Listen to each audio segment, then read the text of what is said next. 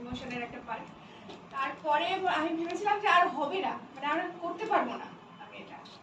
তারপরে মানে অনেকক্ষণ নিজেকে অ্যানালিসিস করলাম, নিজেকে ভাবলাম যে এইটুকু ব্যাপারে আমি পারবো না করতে, মানে এতটা তুচ্ছ, মানে এতটা আমি আমার এত বছরের এত এক্সপিরিয়েন্স আমার সবকিছু জলে চলে যাবে, নিশ্চয়ই না।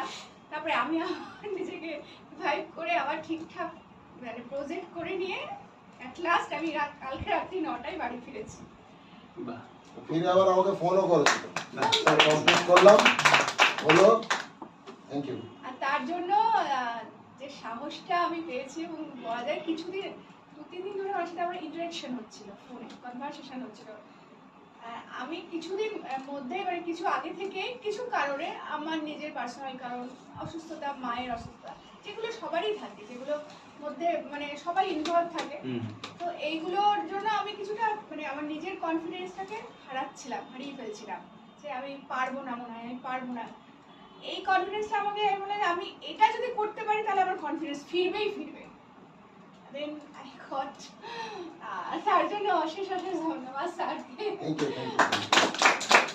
দু-তিনবার ওর সঙ্গে কথা হয়েছে, ওর খানিকটা ওর পরিস্থিতি থেকে বাইরে বের করার জন্য যে মরাল, যে মেন্টাল, যে বুস্টিং করা বা কনফিডেন্স প্রোভাইড করা, টুকটাক দুই একটা আইডিয়াস গুলো ভীষণভাবে ফলো করছিলাম।